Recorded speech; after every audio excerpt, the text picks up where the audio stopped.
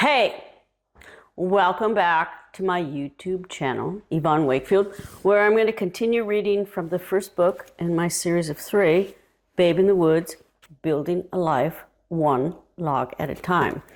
So before I recap what we did last week, I want to tell you guys, I play golf, and I golfed today in 27-mile-an-hour winds with 44-mile-an-hour wind gusts. So excuse me for my hair. So last week we did chapter 14. I went to buy a stove with my brother. I met some cowboys. I was still feeling the effects of Rocky Mountain tick fever. And so in 15, I'm going to talk about what it was like to be an 18-year-old girl, chick, trying to do men's work in a small rural town. So it's chapter 15, men's work. As sure as logging trucks roll down Main Street, a teenage girl in cut-off jeans and sheer embroidered faux East Indian cowboy cut shirt raises questions in downtown John Day. Are you married? Where are your parents? And more. It is assumed when a woman around here goes into a hardware store or lumber store with a list of things to buy, she's picking it up and order for her man. When I go alone into these places and order 29 44-pound sacks of Portland cement, 2 50-pound boxes of 18-penny nails, 1 box of 6s and another of 20-penny nails, I am met with the same assumption. That for your husband? Asked the man behind the counter. Then I have to explain what a little girl like me is going to do with all those heavy sacks and boxes. You can't even lift them, sweetheart. The clerk gives me a heavy wink and touches my hand too long when I hand over a check or cash. When I go into these same stores with either Jim or Brad and place an order, the clerk's attention diverts from me to the man beside me. You want them nails galvanized? They ask either Jim or Brad, even though I am the one ordering and paying. For the most part, clerks old enough to be my father are less judgmental and more accommodating than the younger, more confrontational ones. I tend to patronize the buildings staffed by men who call me sweetheart in the right way. Roles in these parts are strictly defined by gender, and I do not meet the definition of a woman's work. Plus, I still look like a girl, and women's liberation is a dirty word, even if they are brought up, and the county library doesn't even subscribe to Ms. Magazine. I wasn't out to prove I was equal by comparison to anyone, especially to a man. It's just that I was doing what was assumed was a man's work, building a dream, and that required cement and spikes and putting up with a lot of good old boy guff. Like my business dealings with men, I also learned social networking in John Day is done face-to-face in sewing circles, over barbed wire fences, in church, in store aisles, or on any occasion centered on birth, marriage, or death, where people gather their emotions around green bean casseroles and Jell-O molds. Telephones sit on tabletops and are attached by curly cords to walls marked up with penciled numbers. Third-party lines are shared, and these connections get more than they paid for. Eavesdropping fills the gap between private conversations. And there is an unspoken law between parties, even remotely connected. Neighbors help neighbors unless they fenced you out or shot your dog. Aside from the judge, who I only saw on weekends, the Nelson family in the little log cabin nearly 5 miles down the mountain were my closest neighbors. Someone was always home there and willing to help if I asked. In turn, I offered what help I could, sometimes just for company. On the way back from town one afternoon, I found myself wanting conversation between what I could muster with Brad and Jim or any man. Between building and buying all of the stuff to build, I only talked to men. I needed girl talk and found it by helping Rhonda wash windows inside her house. As she directs me on how to use balled up newspaper, vinegar, and water, which at first amazes me, how glass comes clean, even when my hand comes away black, we make small talk. I learned she wants a fence for her garden, but they could not afford the lumber to build it, that a neighbor shot their dog, and they are pretty sure they know which neighbor did it. As I rubbed away streaks, I tried to figure out how to get Rhonda a garden fence, and I swore if anyone ever shot my dog, I'd turn the barrel on them. At this point, I owned a kitten, didn't own a gun, and didn't realize concerns, warranted, acerbated, or not, were settled between neighbors around here as rationally as the Hatfields and McCoys. By the first week of June, nearly 150 skinned logs lie in the woods or down by the creek. Each log weighs between 300 and 400 pounds or more. Hand winching them to the building site is out of the range of possibilities if I want to finish the cabin before the first snow flies, so I've made arrangements with my neighbors. Brad and I will help the neighbors string fence for a day. They in turn will spend a day choking, snaking, and decking logs. A cherry sunrise tips trees shading the Nelsons' cabin. Inside, the family is finishing breakfast when we arrive after 6, the first day of summer vacation. Still, everyone is up at dawn. Working a farm is no holiday. Something is always broken, needing fixing, shearing, grinding, plowing, hoeing. This morning, the cows have to be milked and tractors hitched before we begin fencing. Brad follows the boys, and I trail behind Glenn to the pasture. Yaw, yaw, get. Glenn whips his arms until 3 cows amble into a rickety stalls if they knew their way there by heart. He kneels next to the nearest of 3 pens and pulls a stream from a pig. Pulls a stream from their tit. A stream of milk strings inside the silver bucket constantly and consistently. I listen to it fill as I keep an eye on the adjacent pen. A mass of piglets root around in straw looking for a warm pull. Give her a try. I avert my eyes and Glenn molds my hand over a rough cow tit. I yank a dribble, then a strong shot, which scarcely rims the bucket. I'll finish up here. You go help Rhonda wash up. Glenn shakes milk off his pant leg and hands me his full bucket. I can't resist the little pigs in the next pen, so fresh and baby doll plastic, they beg a squeeze. The pen is low and easy to get a leg over. I set the bucket down on one side, climb in easily, and nab a hold of one of those little plugs to my heart, and then put the piglet back with the others so I can get back to work. I pull out my ever-ready pocket sketchbook and am drawing the squiggly mass when Glenn starts yelling, "Get out of there now, now!" He has stopped milking and stares out on the pasture where a pig as big as a Volkswagen charges towards the shed. Safe on the other side, by the time the sow slams through with a tear in the pen, I marvel at the velocity and ferocity of motherly love. The Nelson boys sit on a flatbed loaded with split rails and rolls of barbed wire. Brad and I hang onto the back of the tractor, and my teeth rattle like Yahtzee dice in a porcelain cup as Glenn crashes across the creek and grinds up a serpentine hillside. I grit down to avoid chipping away at thousands of dollars of orthodontic work. He stops the tractor on a slope and unhitches the trailer beside a shiny new stretch of fence. This line will be readjusted so the Nelsons have access to BLM government leased ground once again. There's not a dog in sight. Everyone but me and the youngest Nelson boy grab post hole diggers, picks, shovels, and pry bars, and begin to pound, pulverize, and dig. We have been assigned to collecting boulders for rock jacks to anchor the new fence.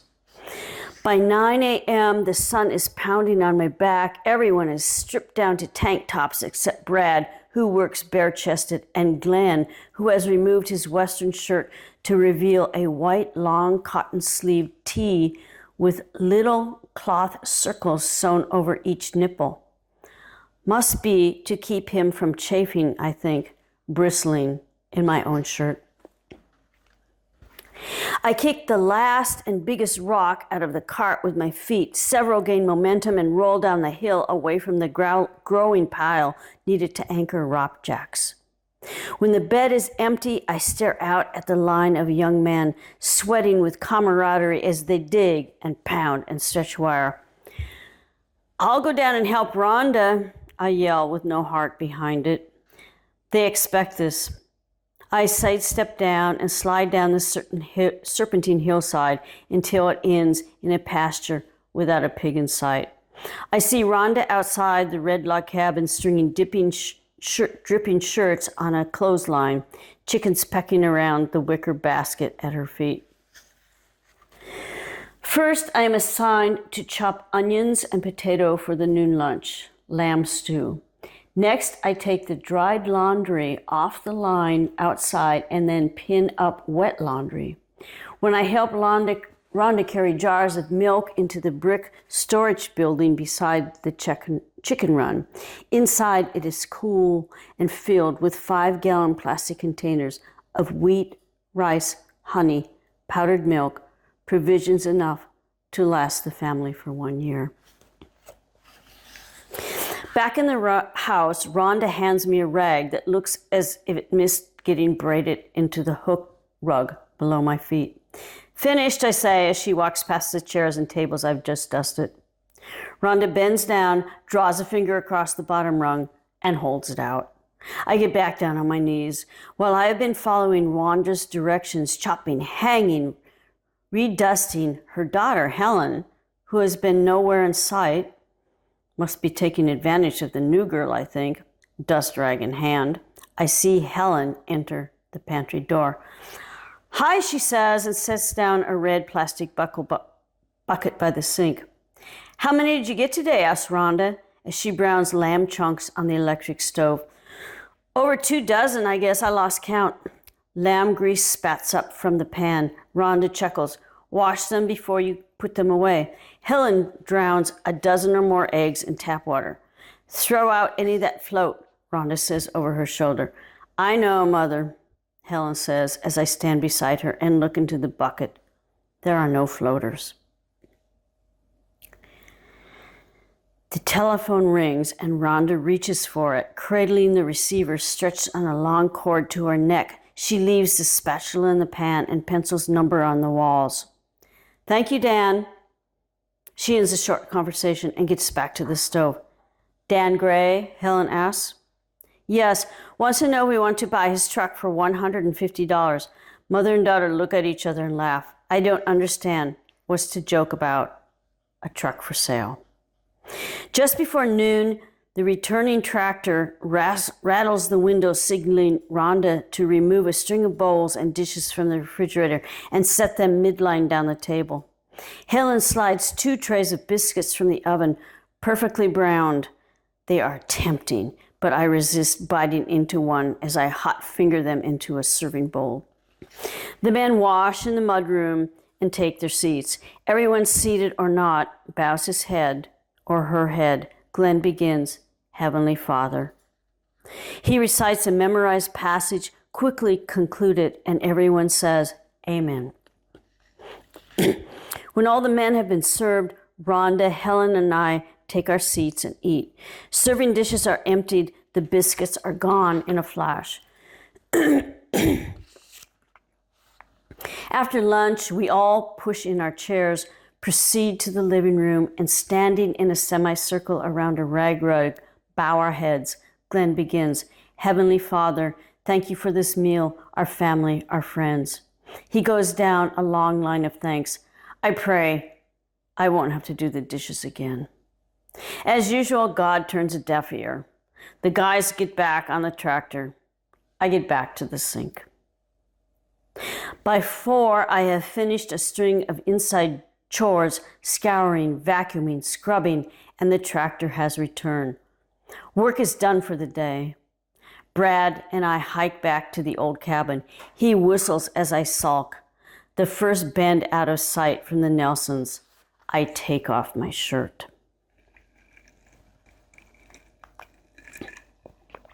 Just after sunrise on Saturday, I hear the cat growling uphill. My own cat hikes under the canvas tarp as Glenn shifts, grinds, and trails diesel fumes to the building site. Kurt and Jimmy follow on horseback. The Nelsons have arrived to complete their end of the work. Glenn outlines the plans. He will drive the cat. Kurt will set choke, a steel cable similar to a rope slip knot Jim and I used to loop around each and every log dragged behind the tractor. Jimmy, you and Brad clear the way. Let's start with the hard ones first. Glenn points to the logs lying down below the steep, slash-covered creek bank. That was a really steep bank. There's no mention of my place in the lineup. I tag along like a floppy-footed puppy, anxious to please. Kurt unspools a length of steel cable, stretches it down the slope, cinches the choker tight around a log. Glenn revs the hinges and accelerates. The cable tightens and the log snakes slowly and then cuts through the forest floor. Jim and Brad use a peavey to prod and an axe to help clear the way. The trailing log plows a gash all the way to the building site where, winded, Jimmy unhooks the choker and Brad blocks the log from rolling down the posts. After watching this process twice, I literally jump in to help and no one stops me. I join the guys, slashing away at brush and prodding at logs. Kurt shows me how to set choke. I yank the cable noose and jump away when the line grows taut. By the time his sun is overhead, the log deck is growing above the building site, now a maze of tracks and skid marks, and it's lunchtime. The diesel cat hasn't totally scared out my cat, which I find purring next to the peanut butter jar. Beside the creek, I lay a tablecloth of freshly snapped lady ferns. I layer trays of bark, smooth side up, with apple slices, cheese chunks of bread, and screw open jars of peanut butter, honey, and a bucket of water from the creek, and then set out tin mugs. A far cry compared to Rhonda's noonday buffet, but it's all I really have to offer right now. Maybe they were expecting more, and this is why Glenn and his son keep their eyes closed long after the Heavenly Father is thanked for this food. Luckily, I'm not feeling religious because I catch Tamarack in the act and remove him from the cheese before anyone's eyes are open, so on the meager spread. Lunch over, we stand from where we've been sitting by the creek. I toss the empty bark platters into a brush pile and then file them in back to work. By afternoon, we have racked up nearly 75 logs, and Glenn signals it's time to get home and milk the cows. The boys go ahead on horseback. I hang on the back of the tractor all the way down to the intersection above the old cabin. Glenn idles down, and I jump off. What do I owe you for gas? I have 2 tens in my back pocket to answer the question. Here, I hold out the bills. You keep it. Glenn smiles down on me and shifts into drive. Back at the old cabin, Brad and I take a cold creek bath and then change into clean clothes for a night on the town. A bottle of Jim Beam in tow. The judge is waiting on the porch, rocking in a lodgepole pine chair, a glass of whiskey by one ankle, snooze-stained coffee can beside the other. Good eve. Have a seat. He points to a stump on either side of his chair. He raises and returns with 2 filthy glasses, fills them halfway from his bottle. From our porch side perspective, We can't help but stare, our minds and mouth agape as we watch a mint green mountainside last an apricot orange sunset down. Blue shadows lengthen and weave between grasses fire-tipped in afterglow. Pine Creek shushes. Ponderosa whisper and magpies scream up from the valley. There's a lot of pretty banters between our sips. The three of us mesmerized by an everyday spectacle we take time to share from this porch-side perspective. Want some? The judge holds out a round tin of chew and then spits into the can by his foot. I take a pinch. Brad takes two and puts one on either side of his cheek as if he has done this before. My pinch gives a bite that makes me drool. I was taught that it is impolite to spit and swallow the acrid juice instead, a formality that threatens to bring up more than proper etiquette. At sunset, the judge stands, stretches, and picks up the sluice can and empty bottle. As he turns towards the cabin, I lean over the porch and spit out everything in my mouth and wish that what slid down into my stomach could easily be dispersed. The judge lights 2 kerosene lamps on the fireplace mantel and places 2 on the long table.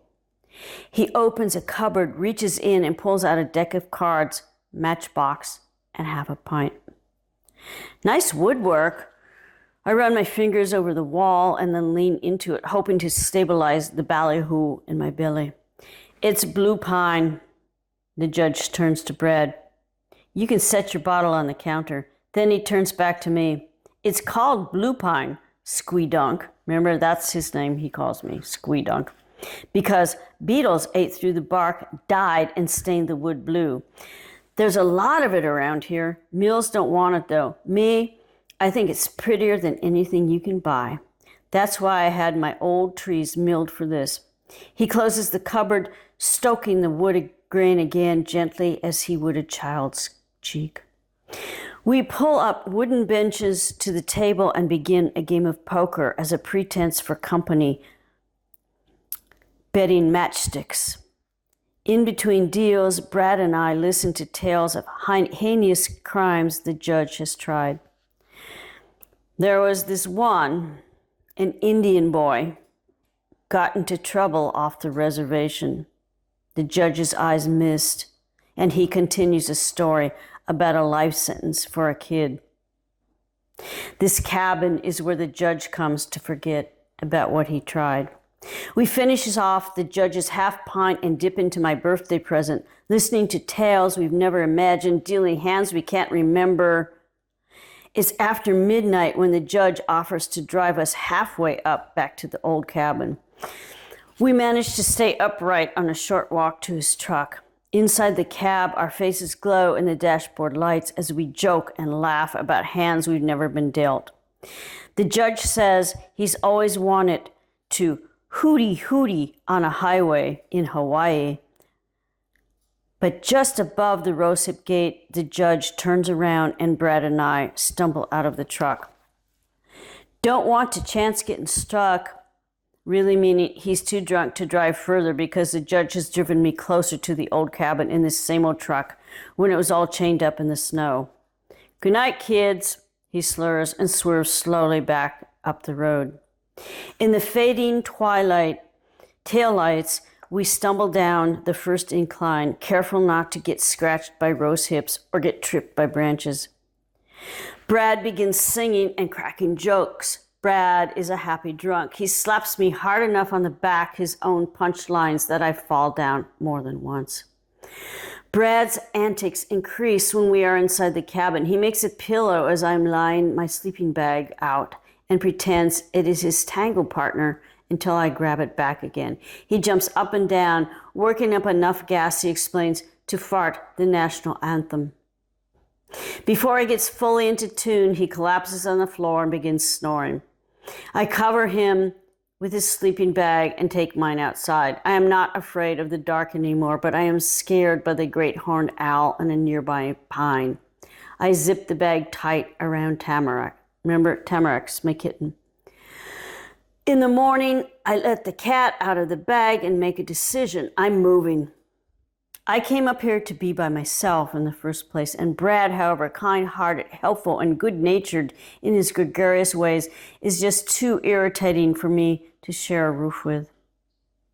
When I'd rather be writing in my journal or drawing, I'm cooking and cleaning up, adjusting my time to accommodate too. Tamarack eats from a bowl filled with kibble, and Brad continues to snore on the floor as I roused inside the cabin for supplies needed to stake a simple claim up the mountain. The green two-person tent is still rolled up in a bag where I left it in April. The corner beside me has other things. Called into action again, I strap on my backpack and leave a note on the iron cast stove. I'm on my land. So that's the end of chapter 15, but actually I was trying to dig through my stuff in the beginning because I actually have the original sketch of that. Arturo, can you get that sketch? This was the little piglets. Their pen is still there, but other people bought the house. So the Mormons no longer live there. There's no longer piglets, but there's that memory. So thank you for listening to chapter 15 of Babe in the Woods, Building a Life One Log at a Time. And then you've got your predecessor's self-portrait and Path of Totality. Follow me and tell your friends about my YouTube channel, Yvonne Wakefield. We're just getting started here and we're having a lot of fun. And follow my kitchen sink episodes. So remember, have a great week and stay hydrated. Bye-bye.